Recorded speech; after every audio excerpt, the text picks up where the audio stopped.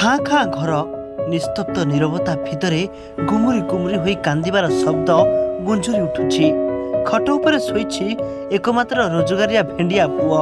ମୁଣ୍ଡ ପାଖରେ ଜଗି ବସିଛି ସ୍ତ୍ରୀ ଓ ବୃଦ୍ଧା ମା। କେତେବେଳେ ଗୋଡ଼କୁ ଆଉଁସି ଦେଉଛନ୍ତି ତ ଆଉ କେତେବେଳେ ଆଖିରୁ ଝରଝର ହୋଇ ଝରି ପଡ଼ୁଛି ଲୁହ। ଦର୍ଶକ ବନ୍ଧୁ, ଆପଣ ଦେଖୁଥିବା ଦୃଶ୍ୟଟି ହେଉଛି କଟକ ଜିଲ୍ଲା ନିଶ୍ଚିନ୍ତକୋଇଲି ବ୍ଲକ ସୁକରପଡ଼ା ପଞ୍ଚାୟତ ଅଧୀନରେ ଥିବା ରାଣୀପଡ଼ା ଗ୍ରାମର ଦେବେନ୍ଦ୍ର କୁମାର ସାହୁଙ୍କ ପରିବାର। ବାପା ଚାଲିଗଲା ପରେ ନିଜେ ସାଜିଥିଲେ ଘରର ମେରୁଦଣ୍ଡ। ମା, ସ୍ତ୍ରୀ, ଛୋଟ ଛୋଟ ଦୁଇ ପୁଅର ପେଟକୁ 3 ଓଳି ଦାନା ଦେଉଥିଲେ।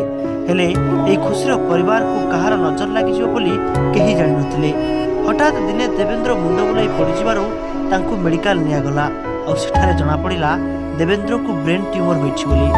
ତାପରେ ଅପରେସନ ପରେ ଅପରେସନ 4 ଥର ହୋଇସାରିଲାଣି। ଲକ୍ଷାଧିକ ଟଙ୍କା ଖର୍ଚ୍ଚ ସରିଲାଣି। ବିଜୁ ସ୍ୱାସ୍ଥ୍ୟ କାର୍ଡରୁ ସବୁ ଅର୍ଥ ସରି ହାତରୁ ମଧ୍ୟ ଖର୍ଚ୍ଚ ସରିଲାଣି। ଏବେ ପାଖରେ ଟଙ୍କାଟେ ବି ନାହିଁ ଡାକ୍ତରଙ୍କୁ ଦେଖାଇବା ପାଇଁ।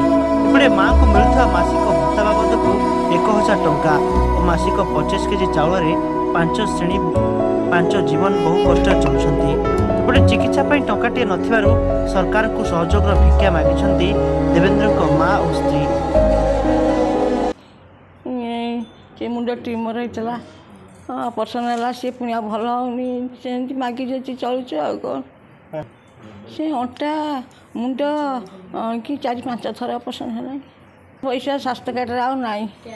ଆଉ ଯାହା ଘରେ ଥିଲା ସବୁ ବିକି ବାକି ସବୁ ଖର୍ଚ୍ଚ କରିଛନ୍ତି, ତାରି ପିଛା ଆଉ କିଛି ନାହିଁ ଆମର। ମୁଁ ସରକାରଙ୍କୁ ସାହାଯ୍ୟ ମାଗୁଛି, ମୋ ପୁଅ କେମିତି ଭଲ ହେବ ଟିକେ ସାହାଯ୍ୟ କରନ୍ତୁ।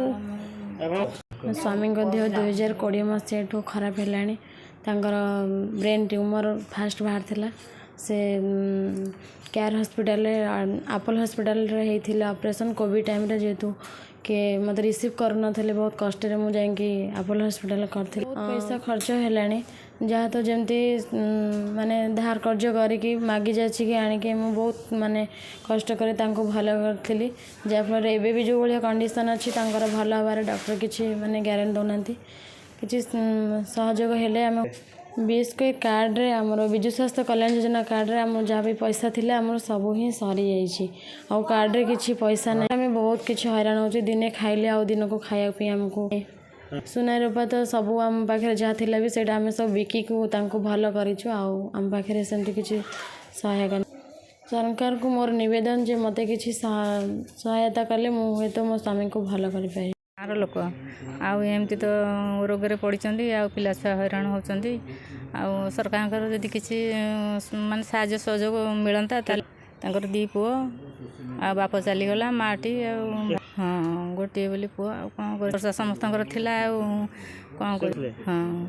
ଏମିତି ସମସ୍ତେ ଯିଏ ଯେମିତି ଦେଉଛନ୍ତି ଆଉ କ'ଣ କରିବେ, ଆଉ ହଇରାଣ ହେଉଛନ୍ତି। ଆଉ ଯାହା ବି ହେଲେ ତ ପୁଣି ଯେମିତି ମାଗି ଯାଉଛି, ଯିଏ ଯେମିତି ସାହାଯ୍ୟ ସହଯୋଗ ଦେଉଛନ୍ତି ସେ ସେମିତି ଚଳୁଛନ୍ତି। ଆଉ କ'ଣ କରିବେ।